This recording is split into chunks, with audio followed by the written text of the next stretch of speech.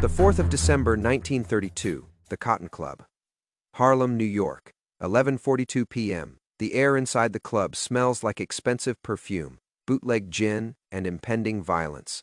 The brass section is sweating under the lights. Duke Ellington is at the keys, his fingers dancing across the ivory, pushing out the rhythm of the moosh. The room is packed with the kind of people who think they own the world. Politicians, flappers, Wall Street tycoons, and the wisegees from downtown who treat Harlem like their personal playground. But at table 4 near the front, the laughter is too loud. It's jagged. Sal the Butcher Moretti, a capo in Dutch Schultz's crew, is 3 bottles of champagne deep and looking for a fight. He doesn't like the way the trumpet player looked at his date. He doesn't like the heat, and he definitely doesn't like that. A black man in a tuxedo, Duke Ellington, is commanding the room with more elegance than Sal will ever have in his entire life. Sal stands up. He sways, heavy and dangerous. He grabs a half-full crystal flute of champagne and hurls it. Crash. The glass shatters against the side of the baby grand piano. The music doesn't just stop, it gets murdered. The cymbal vibration dies in the air. The room goes from a roar to a vacuum in a split second.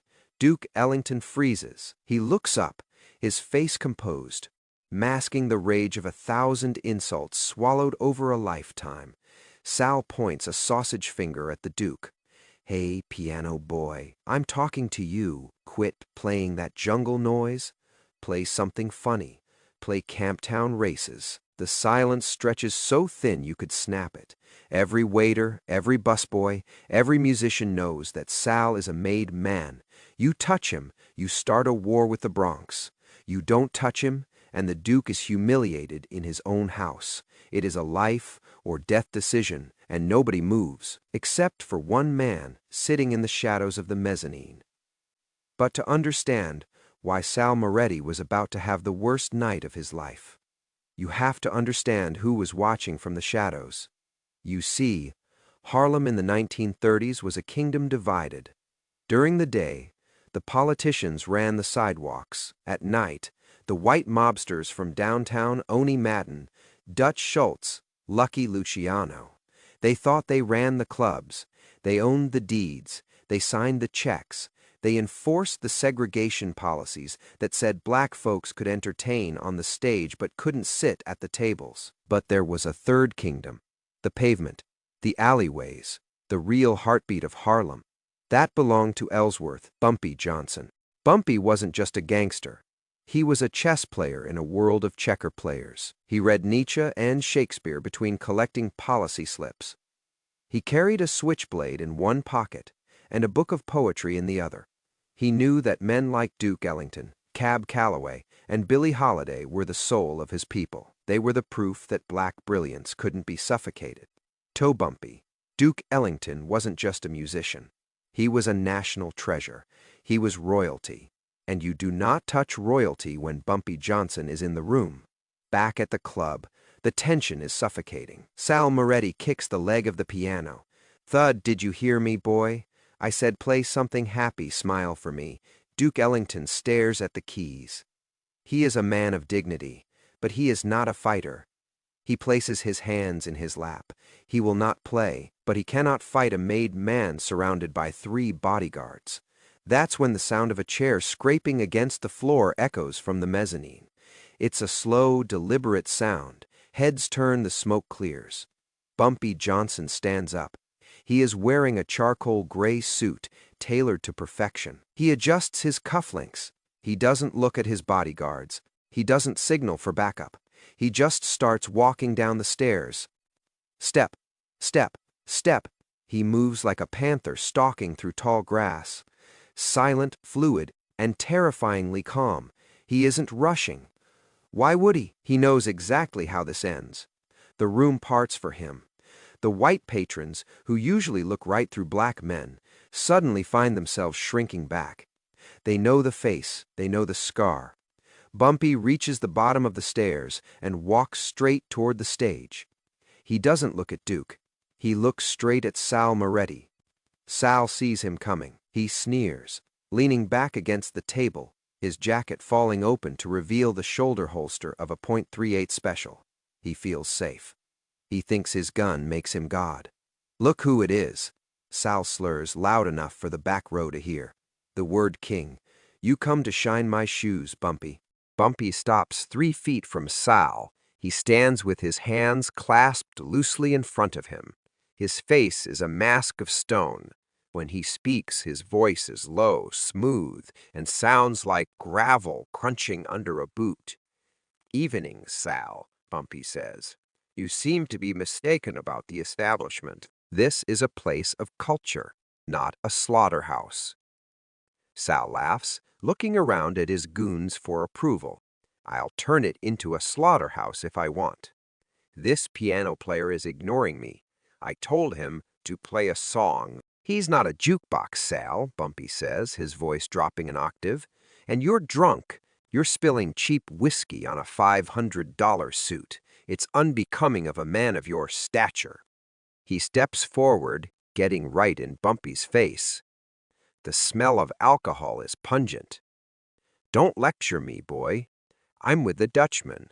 I can burn this whole block down and piss on the ashes. Now get out of my face before I make you."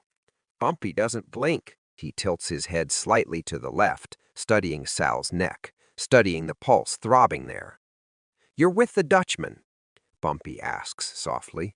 "Dutch is a businessman. He likes money. He likes quiet. You think Dutch wants to explain to Oni Madden why his favorite piano got smashed. You think Dutch wants a war with Harlem over a drunk lieutenant who couldn't handle his liquor. I don't give a damn what Dutch wants." Sal screams, spit flying. He reaches for his waistband. "I say you move, or I drop you right here." It was the wrong move. Sal's hand is halfway to his holster. His fingers are just brushing the leather. But Bumpy Johnson doesn't reach for a gun. He doesn't throw a punch. In a blur of motion that the human eye can barely track, Bumpy's right hand flicks out. It's like a cobra striking. There is a soft, metallic click, the sound of a switchblade engaging, followed immediately by the cold kiss of steel against flesh. Sal freezes. His eyes go wide. His hand stops hovering over his gun, because Bumpy Johnson is now standing chest to chest with him, and the edge of a straight razor is pressed firmly against Sal's carotid artery, right under the jawline. The 3 bodyguards step forward, hands reaching into their jackets. "Ah! Ah!"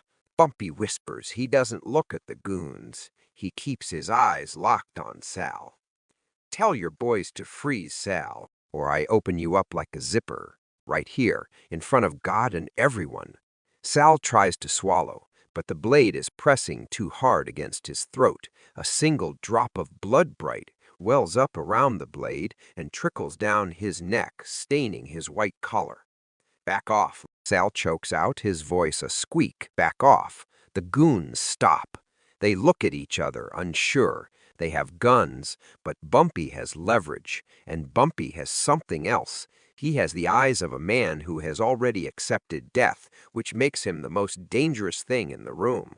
The club is dead silent. You could hear a pin drop on the carpet. Duke Ellington hasn't moved a muscle. He watches from the piano bench, witnessing the raw power of the street, checking the raw power of the mob. Bumpy leans in close. His face is inches from Sal's. He speaks softly, like a father scolding a child, but the menace is absolute. "Now, listen to me closely, Sal," Bumpy says. "You came into my home. You insulted a genius. And you threaten my peace. That shows a lack of education." Bumpy presses the blade a millimeter harder. Sal winces. "Mr. Ellington creates art," Bumpy continues, his voice smooth as silk. "He creates beauty. You create noise. You are a guest in Harlem, Sal. And guests do not break the furniture." Sal is trembling now. The alcohol has evaporated, replaced by the cold sobriety of terror. I understand. Bumpy, I understand." "Good," Bumpy says. "Now you are going to apologize to the Duke." Sal's eyes dart to the piano. The humiliation is burning him alive, but the razor is cold. "I am sorry," Sal mumbles loudly. Bumpy commands. "Like you mean it." "I am sorry," Sal yells, his voice cracking. "Mr. Ellington, I am sorry." Bumpy holds the position for 3 more seconds, just long enough to let the fear settle into Sal's bones, just long enough to let everyone in the room see who the real king of Harlem is. Then, with a flick of his wrist, Bumpy retracts the blade. He steps back, smoothing the front of his suit jacket. "Bartender," Bumpy calls out, his voice calm and authoritative. "Send a bottle of your finest champagne to Mr. Ellington's band. Put it on this gentleman's tab." He points to Sal. Bumpy looks at Sal with disgust. "Now take your dogs and get out." "Before I forget my manners." Sal stumbles back, clutching his neck. He looks at Bumpy, then at the Duke, then at the crowd staring at him. He knows he's finished.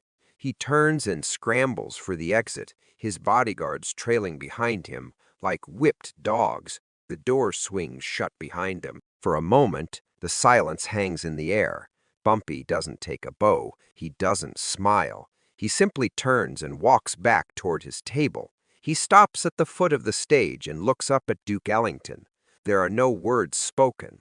There doesn't need to be. Duke gives a single sharp nod, a gesture of respect from one master to another. Bumpy tips his head in return, then melts back into the shadows of the mezzanine. Duke turns back to the piano. He lifts his hands. 1, 2, 3, 4. The band kicks into. It don't mean a thing if it ain't got that swing. The brass section roars. The rhythm returns. The heartbeat of Harlem starts beating again. But the air has changed. The people dancing know that they are safe, not because of the police, not because of the politicians, but because the professor is in the building. You see, stories like this don't make the history books. The history books will tell you about the music of the Harlem Renaissance. They'll tell you about the glitz of the Cotton Club, but they won't tell you about the steel that protected it. They won't tell you that for every note Duke Ellington played, Bumpy Johnson was in the dark, making sure nobody stopped the music.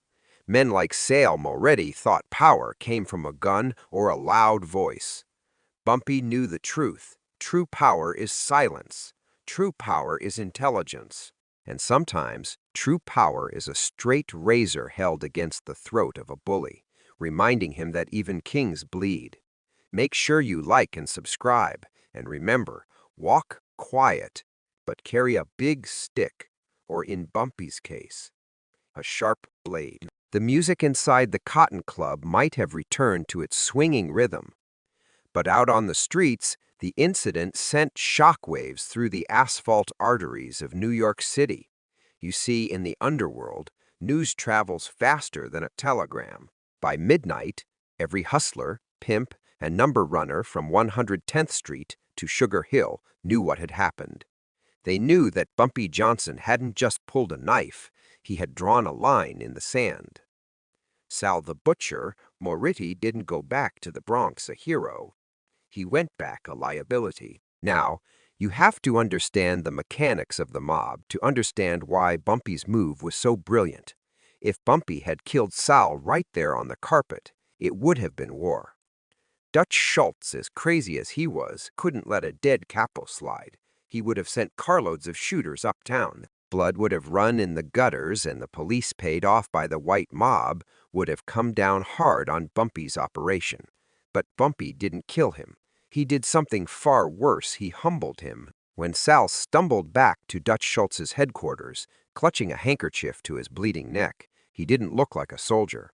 He looked like a victim. The word on the street is that when Dutch heard the story that his man had interrupted the money-making machine that was the Cotton Club and insulted the talent, he didn't get mad at Bumpy, he got mad at Sal.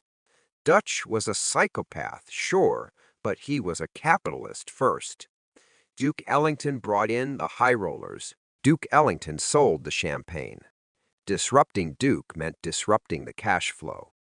By protecting the Duke, Bumpy had actually protected the mob's investment. It was a masterstroke of diplomacy, executed at the edge of a razor. Bumpy had positioned himself not as an aggressor, but as the enforcer of order. He proved that Harlem wasn't a lawless jungle, it was a place of rules, and he was the magistrate. This incident highlights a side of Ellsworth Bumpy Johnson that the FBI files and the prison records often ignore. To the feds, he was just a criminal, a racketeer, a dangerous man with a rap sheet as long as his arm. But to the people of Harlem, Bumpy was something else entirely. He was the patron saint of the pavement. Bumpy understood something fundamental about power that most gangsters miss. Power isn't just about money, and it isn't just about violence. Power is about culture. He knew that the musicians, the poets, and the writers of the Harlem Renaissance were the soul of Black America. They were the ones telling the story of their people to the world. Duke Ellington, Billie Holiday, Lena Horne, Cab Calloway. These weren't just entertainers to Bumpy. They were ambassadors. They were proof of dignity in a world that tried to strip it away. There are countless stories like the one at the Cotton Club. When a crooked promoter tried to stiff Billie Holiday on her pay, Bumpy paid him a visit. The promoter paid up with interest the next morning. When local stick-up kids thought about robbing the high-end patrons leaving the jazz clubs, Bumpy sent out the word, "The artists are off limits." He created a bubble of protection around the creative class of Harlem. He allowed the Renaissance to flourish because he stood in the shadows, holding back the chaos. He absorbed the violence so the music could stay pure. It was a symbiotic relationship. The artists gave Harlem its voice, and Bumpy gave Harlem its teeth. Let's look closer at the psychology of that confrontation. Why did Sal Moretti crumble? He had 3 bodyguards. He had the weight of the Dutch Schultz gang behind him. On paper, he should have won, but Bumpy beat him with intellect before he ever touched the steel. Bumpy identified Sal's weakness instantly. Sal was a bully who relied on the reputation of his boss, not his own strength.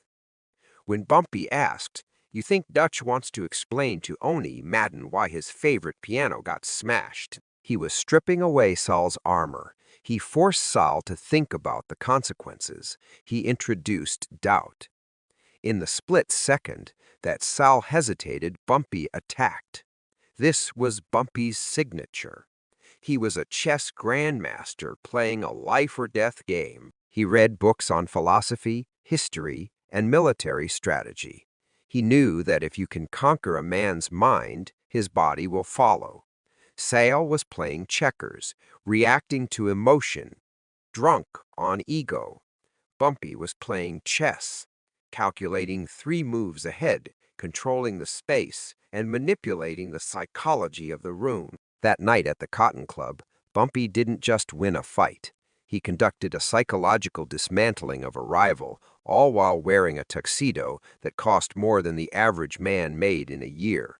So what is the lesson here? Why are we still talking about a gangster and a piano player nearly 100 years later? Because in the gritty history of organized crime, there are thugs and there are legends. Thugs use violence to take what they want. Legends use violence to protect what matters. Bumpy Johnson was no saint. He sold heroin, he ran numbers, he ordered hits. He was a man of the underworld, soaked in the sins of the street. We cannot romanticize the brutality of his trade, but we also cannot ignore the complexity of his character. On that cold December night in 1932, he stood up when everyone else stayed seated. He looked a made man in the eye and told him that disrespect would not be tolerated. He proved that in his Harlem, the artist outranked the mobster. The Cotton Club is long gone. The Dutch Schultz gang is dust. But the music of Duke Ellington plays on, immortal and untouched. And if you listen closely to those old records underneath the brass and the ivory, you might just hear the faint metallic click of a switchblade, the silent sound of the man who ensured the music never stopped. Thanks for watching. If you enjoyed this dive into the untold history of Harlem, hit that like button and subscribe. And tell me in the comments, was Bumpy a hero for protecting the Duke or just a gangster protecting his turf? Let's argue about it. Until next time, keep your eyes open and watch your back.